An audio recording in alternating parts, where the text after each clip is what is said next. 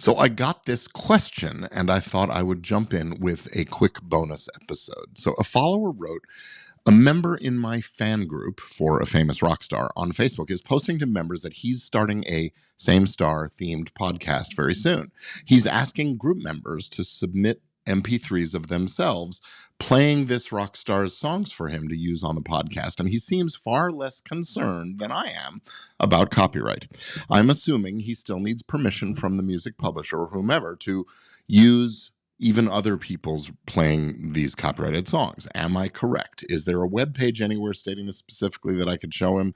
I can only find more generically phrased text that implies that you're using the artist's song versus someone else playing the artist's song. So I'm going to give my answer. I'm not aware of any particular web page other than to read the actual copyright law at 17 USC section 101 through however many sections there are. There's hundreds of sections. So, but I'm going to give you my answer right.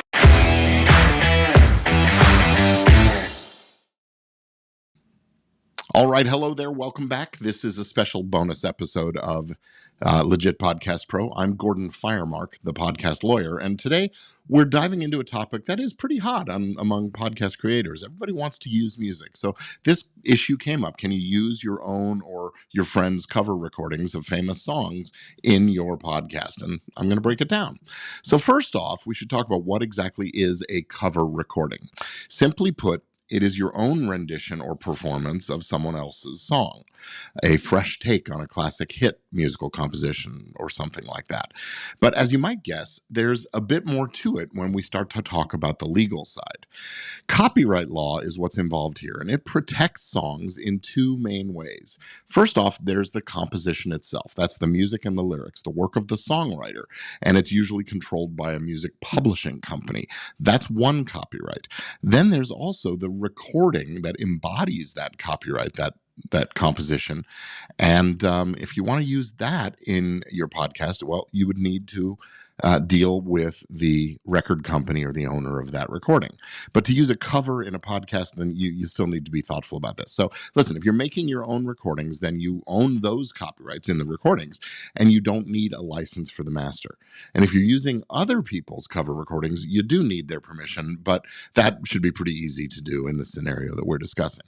So what makes a cover song legal in the first place? Well, essentially, the copyright law says you need permission anytime you make copies or distribute copies or make derivative works or perform or display a work that's covered by copyright in public. And most original work is covered by copyright for life of the author plus 70 years or more. So figure if it's 100 years old or older, then maybe you don't need any permission. But for this rock artist, absolutely covered by copyright. And so what this means is you need permission.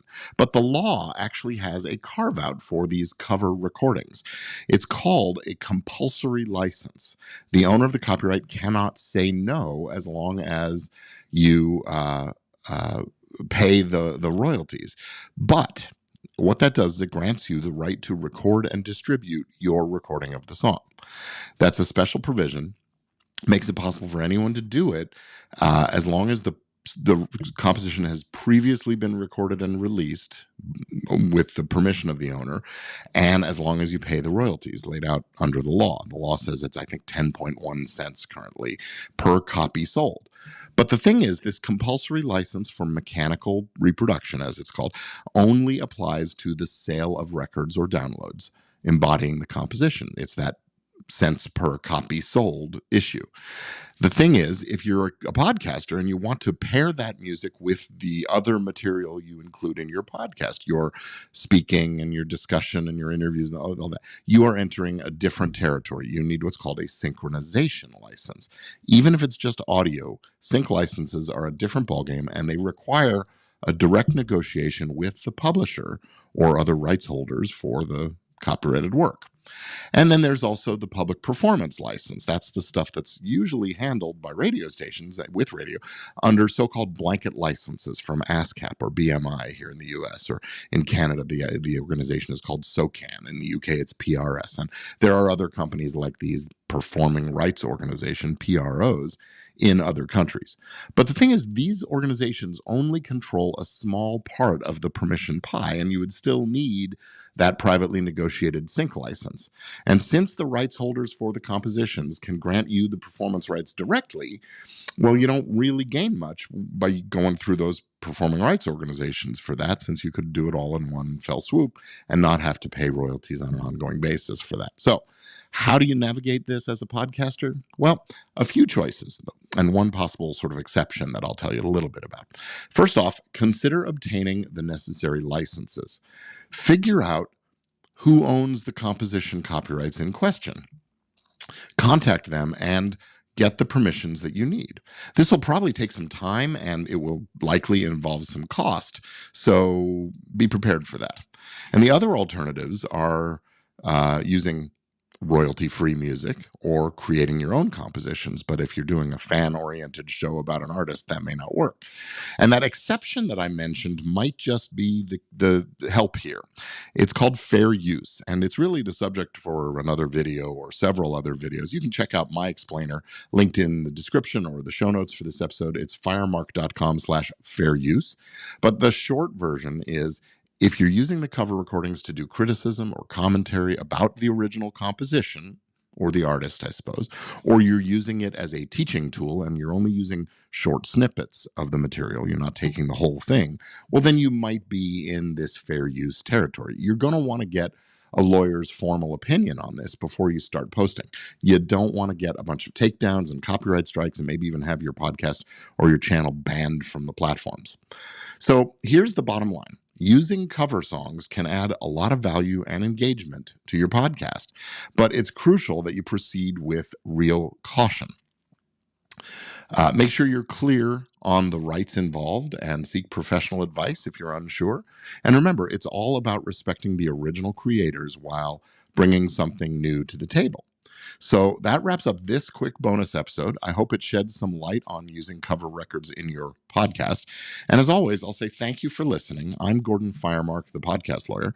Don't forget to subscribe and share and leave us some feedback. And stay tuned for our next episode. And until then, keep creating, keep innovating, but most importantly, keep it legal. Thanks.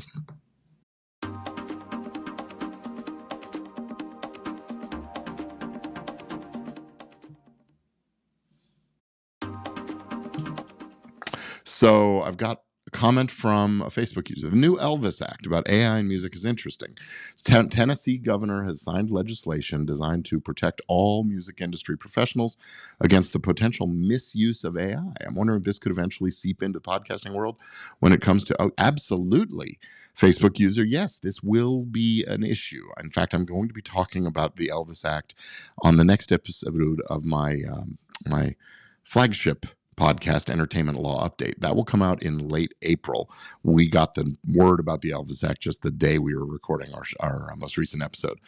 And yeah, the phrase music industry professionals is interesting. What would make someone a professional in the industry?